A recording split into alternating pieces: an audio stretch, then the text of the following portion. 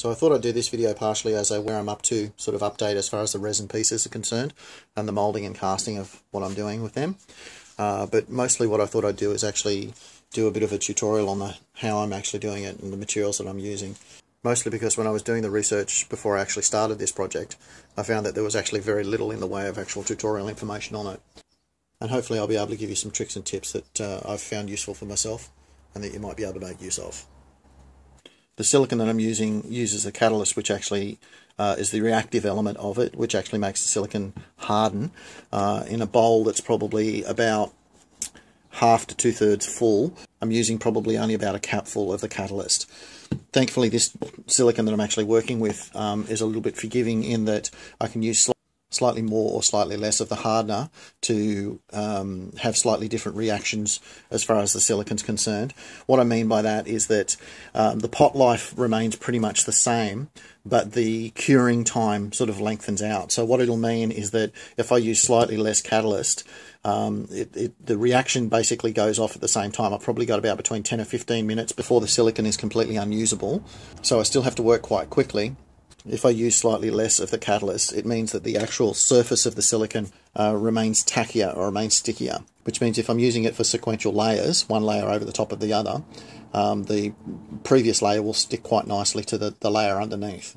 So having that tackiness to it tends to work quite nicely as well. So a couple of other tips. I'm only eyeballing the mix when I actually do it. What I mean by that is I know roughly what sort of catalyst mix I'm going to use. I'm not being overly specific in terms of the volume of which that I'm using. So I'll put in there what looks to me to be about right, and then I have my parts laid out in such a way that I always have a backup part so that I'm not wasting material. So what I mean by that is that this one, for instance, you can see that only has one layer on it. This one here has about 3 layers on it. And then when we go over to that arm piece there, you can see down here where I've actually filled that material in. That is where the material is basically coming to the end of its pot life. So effectively what I do is the first layer is the most critical in terms of bubbles or lack thereof. You want to make sure that there's no bubbles in the material that you're actually using. And then the next layers, whilst you want to keep the bubbles out of it, becomes progressively less important. This one is about 3 layers, and overall it's less about how many layers you want to put on it and more about the detail covering that you actually want to pick up. So the most important part with it obviously is making sure that at the surface level, which is sort of this one, you can see that it's still quite opaque and you can see through it.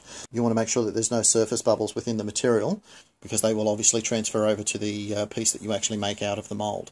The other thing to think of is overhanging areas, or what they call undercut areas. This is one of my early moulds that didn't come out the way I wanted it to, and I've actually split it down the centre so you can actually see the problems that I'm actually talking about. Now this is a classic example. In here you can see there's a bubble in there. It's probably been exaggerated from this seam area where the seam has allowed air to actually flow into that sort of thing. The other bits that we're talking about are these undercut areas. So this was one of my first experimental moulds, and it taught me a lot in terms of what I need to do as far as picking up these sort of areas. After I made this mould, this was a pour-in method that I actually went for. Once I made this one and sort of deemed that it wasn't going to be suitable, I moved over to a paint-on method, which is what I'm using up to this point, with a few little variations on how I'm applying the material. So the biggest thing, as I said, is the first thing I do is actually start with a thin base, and that's got more to do with the pot life of the material. When the material's first mixed, it's quite runny, and as it starts to cure, it becomes slightly stiffer. The stiffer material I then act as a second or third or even fourth covering, and then as it becomes quite gluggy and the pot life is coming to its end, I'll actually use it as a filler, and the filler you can see there in the centre, for instance, is quite literally as it sounds. Now because that's a hollow area, you can see the little bubbles through in the surface there. Because that's not touching the surface of the original piece, that will make no difference to how the mould actually comes out, and it quite literally just gives me a stiffer area to actually work with. Now depending on the types of pieces that you'd be working with, some larger pieces like these ones here, they will actually require a mother mould, and for anybody who doesn't know what that means, it's basically just a hard support structure that holds the mould in place so that it doesn't collapse or distort when you're actually producing the piece. The smaller pieces don't necessarily need mother moulding. This is a good example. This is the top vertebrae piece that will actually attach to the head. once I've had the piece covered to the state where it's actually ready and doesn't require any further coating, I've actually placed it into a container, poured the silicone around it to create a flange area that I can then actually cut and clamp to produce the mould. So once it's ready, I just go around the outside edge with a Stanley blade, and you can see the original piece is actually still in there. When that pattern piece has been removed, I can then basically clamp it up using these guys around that flange area. Bit neater than what I'm doing there, obviously, so that when I introduce the resin, I can rotate that mould in such a way that all the bubbles and that sort of stuff work their way to the centre, and I end up with a very solid piece, which is very, very close to seamless. The colouring I'm actually using is basically a paint tint colour that I've got from my local hardware shop. A tin, you can buy a pot, well, I bought this pot for about $5, I think it was, might have been $5 or $8, I can't remember, and that was full. That's a purple tint. The tint colours don't particularly matter too much. I've got a blue, I've got a black, I've got a red there. I've used the tints, they're exactly the same sort of tints that you would actually buy to tint paint. The reason why I've used those ones are because they're designed to work in both oil-based and water-based paints, which means they're going to be non-reactive as far as the silicon's concerned. I ordered the silicon from China, and it came in 3 large containers like the blue pots you see there. And the consistency of it was very thick, probably the consistency of really cold honey. So it needed to be thinned down. After a few experiments, what I actually came up with was the mineral turpentine.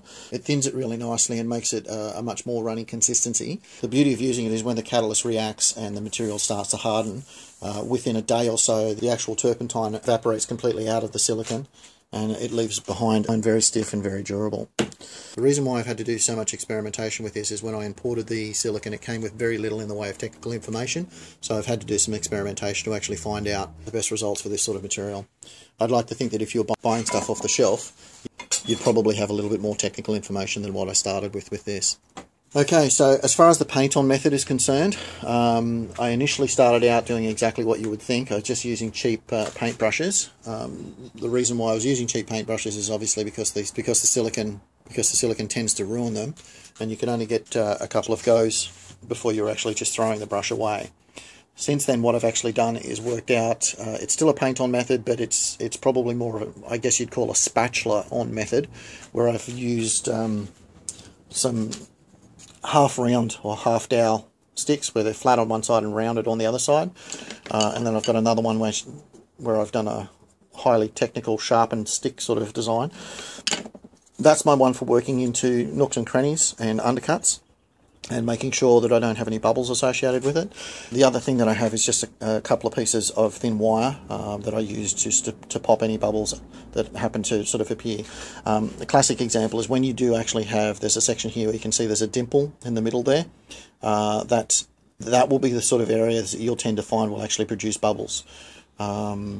Especially when you're working on an uneven surface like this, where there's lots of sort of contours and that sort of stuff. So in terms of tips, tip number 1 is the first coat, make it thin. If it's getting to the point where you can pretty much see through it, that opacity that you can sort of see in the actual material there, that will tend to help you make sure that you're keeping track of whether or not you've got any bubbles. Once you get that first coat down, it really comes back down to what type of piece you're working with in terms of what the coverage is that you should be going for.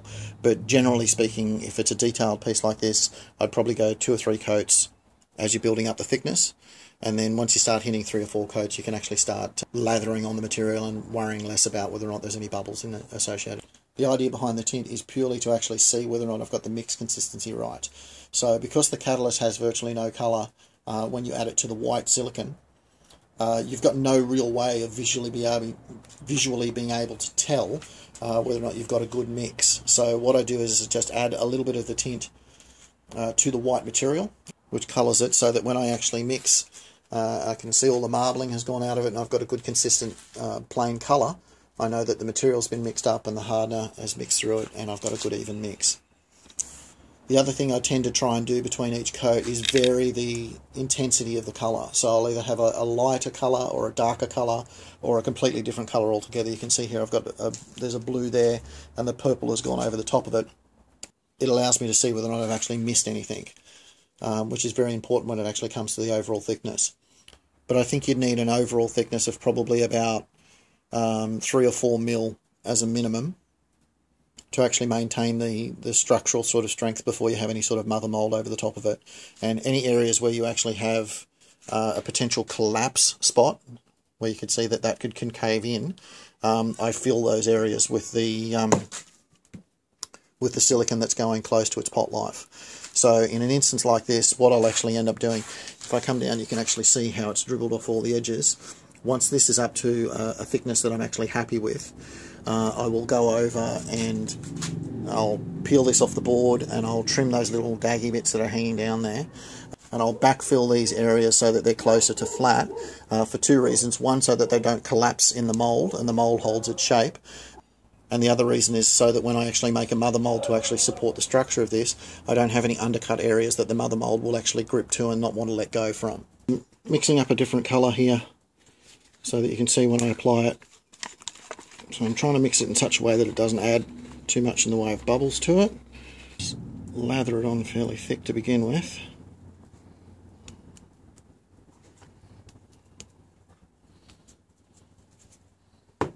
And this is why it's the spatula method, which still falls under what I would classify as a paint-on method in terms of getting it over the surface. Quickly just trying to work it into all the little nooks and crannies. I'm not worried about the dribble factor because it's something that I can pick up and sort of transfer back in. I've got a bit of work time at the moment, so I want to just take those first 5 minutes or so to actually make sure that I've got a good covering and that the mix is making it into all the nooks and crannies where overhang is likely to be an issue. You can see there's a little spot down there. I'll just work it in and past that point.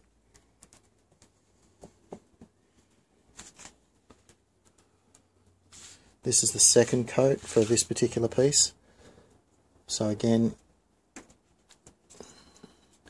I'm doing a relatively thin coat in the scheme of things.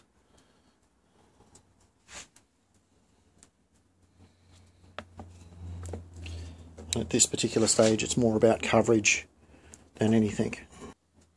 And you can see how that's developed quite a gloss coating, which is a really good indication that I haven't had any issues with bubbles. So I'm going to move over to the other piece now. This catalyst is slowly starting to thicken the material. You can see how that starts to thicken up there now. So that's now a good thickness consistency for the next piece.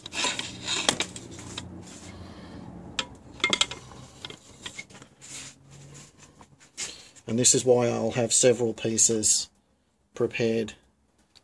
Now this one is, this has already been coated probably 3 or 4 times, so I'm not terribly fussed this time about bubbles starting to appear on this particular one. It's more about thickening it up to a point where that those larger undercut areas are starting to fill in.